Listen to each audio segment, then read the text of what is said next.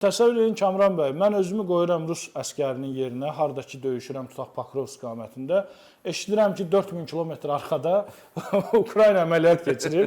Yəni demoralizasiyanın həcmini, miqyasını, intihasını belə ağla gətirmək. Yəni hal-hazırda ön cəbhəsində Rusiyanın yerdə əskəri baxımından, piyada baxımından deyirəm, nə baş verir orada bir Allah bilir. Çünki bu hadisələr ki, bugün bilirsiniz, Xersonda və Zaporojyeda əməliyyat keçiriblər. Ukrayna tərəfi yenə sinir sistemini vurub. Yəni elektrik infrastrukturu. Bilirsiniz ki, elektrik infrastrukturu indi hərbi ekspertlər daha yaxşı bilər. Rabitədə çox önəmli rol oynayır. Rabitənin təchiz edilməsində, bir də logistikanın, nəqliyyatın demək həyata keçirilməsində çox böyük rol oynayır.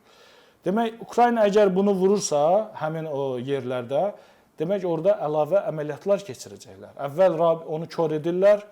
Yəni işıqları söndürməklə onu qoyurlar enerjisiz, kör qoyurlar, infrastrukturun işləməsi, o çarx ki böyük fırlanır, o dayanır və artıq orada qaranlıqdan, qarma-qarışıqlıqdan istifadə edib Ukrayna yaxşı əməliyyatlar keçirə bilər. Bu o deməkdir ki, cəbhə bir neçə istiqamətdə yarıla bilər. Bunlar ehtimallardır, ola bilər bunun nəticəsində. Bu o deməkdir ki, cəbhədə kütləvi şəkildə təslim olmalar ola bilər. Yəni Ukrayna tərəfinə Rus əskərinin, Rus piyadasının təslim olması ola bilər. Bütün bunları indi zaman yaxın bir ayda, 2 ayda görəcəyik baş verib olmayacağını.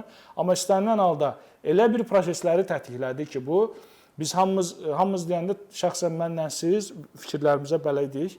Bəzi adamların əksəriyyəti düşünürdü ki, məcbur etmə gedir masaya doğru və bu masada da bitəcək Ukrayna-Berlin divarı 2 məsələsi ilə üzbəüz qalacaq, yəni Almaniya kimi bölünəcək.